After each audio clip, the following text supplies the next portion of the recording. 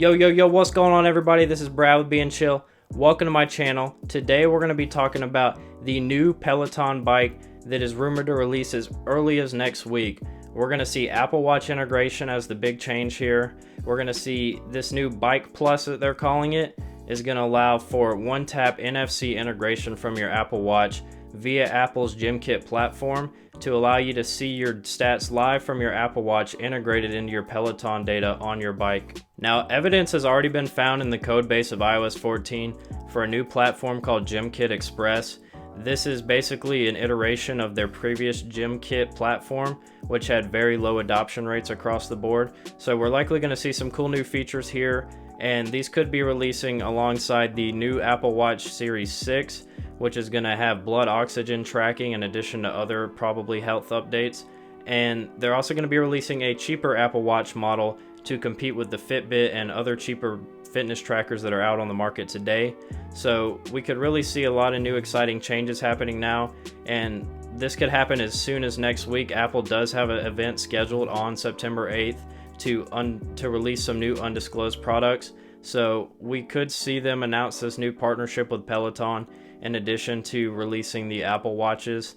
We'll have to wait and see how that goes, but I do think that this is a feature a lot of people have been waiting for a long time, and it's nice to see them implement it. Now, one thing many people are not excited about is this Bike Plus is going to have an increased price from the already expensive previous gen Peloton bikes. Those previous bikes retailed for about $2,245, and then once you add on, shoes and a mat, you're up to almost $2,500, and then tax and shipping, you're probably in the $2,800 to $3,000 range.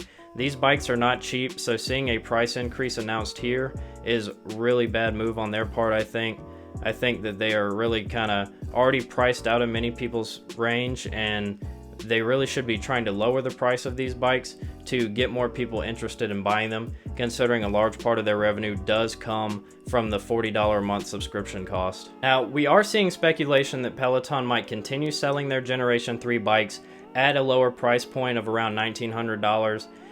This is a step in the right direction. It's still a little bit too much for me and probably many other people out there, but it's nice to see them dropping the price point of their bike. But considering it has an expensive subscription option that is almost required to use most of the features on the bike, I still think that the $1,900 price range is going to be too expensive, especially considering that it's going to be lacking an important feature for most people, which is integration with your Apple Watch, because your Apple Watch can offer a lot of tracking data that the Peloton bike currently cannot. And me personally, the previous gen models that are not going to be compatible with the Apple Watch, these tablets that they have built into this device do run Android, and to me it would seem pretty easy for them to connect this tablet to an Apple Watch and receive the data in the same way that they're going to be doing on this new Bike Plus. So I really don't know why they're making that decision, but it seems to me that they're running out of ideas, and that adding this feature only to the new bike is the only way that they're going to be able to out-compete with their old platform. Now, for those of you who might be interested in the treadmill that Peloton sells, the Tread is rumored to have an updated release as well. It's going to remain around that $4,300 price range, and it's going to be called the Tread Plus. There is speculation that they are going to lower the price of the original Tread down under $3,000, and this kind of goes with the Peloton executives who have said that they really want to get these treadmills out into more people's homes right now, especially during the pandemic. And the $4,300 price range, especially with cheap treadmill options available on Amazon, they really were not competing very well in the market, and this price reduction might be a step in the right direction. Now, this new Tread Plus is going to have the same Apple Watch integration features as the Bike Plus, and additionally we're going to see these two devices get an upgraded screen. It's now going to be 23.5 inches instead of the previous 22 inches, and we're also going to see the screen be able to be adjusted into multiple directions, which is going to allow them to offer boot camp style classes and other classes in the future that are currently only available on the Peloton mobile app. You're going to be able to flip your screen around on the bike and do other types of training that were previously not available on the bike. Now, the rumors are heavily implying that we're going to see these new bikes and treads as soon as next week, and they really kind of heavily imply that it is going to be next week. And if that's the case, I could really see Apple announcing their partnership with Peloton alongside maybe some new Apple Watches in the September 8th Apple event. So we'll have to stay tuned and see. But if you're planning on buying a Peloton bike currently, I would definitely wait, maybe cancel your order if you've already placed it, because they really are going to release these very soon. They kind of want to capitalize on the pandemic.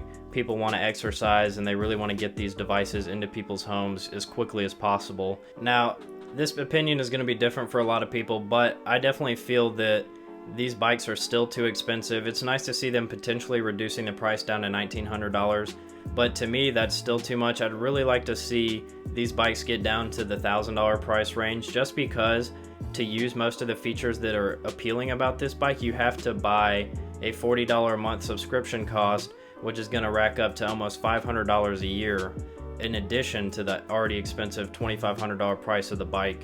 So, I hope that with increased competition from companies like Echelon and Nordic Track and Zwift, that we're going to see, their pressure really get put on Peloton here, and they're going to reduce some of their prices, because, I would really like to get one of these, but it just doesn't make financial decision for me right now. And a lot of people say that, they're not going to be spending the $40 a month to go to the gym, or it's way more convenient to have in your house. And those are good points. However, you cannot get a full body workout on these devices. And, with the new included screen that you can rotate around, yes, you can do strength training and other things, but you're really just not going to be able to, do any serious strength training on these devices like you could in a gym, just because, it's not possible to have all that heavy equipment in your house that's really needed, to build strength other than, just toning your body. So, I really hope in the future that they do come down on these prices. I really like the, video game like competition aspect of the live classes, and you can see your stats, how you compare to other people. And to me, that is the most appealing thing. And I'm sure a lot of other people would too, because, I exercise occasionally. I don't exercise that often, but I do feel I would be more motivated to exercise on a platform like this, that I could be competing against other people, so it's not just you versus yourself kind of with traditional exercise. That's not to say that Peloton hasn't been doing well. They do currently have the best platform on the market, which is a reason why they can charge these high prices. They have a following very similar to Apple, where people are extremely dedicated to Peloton and they really couldn't see themselves using another platform.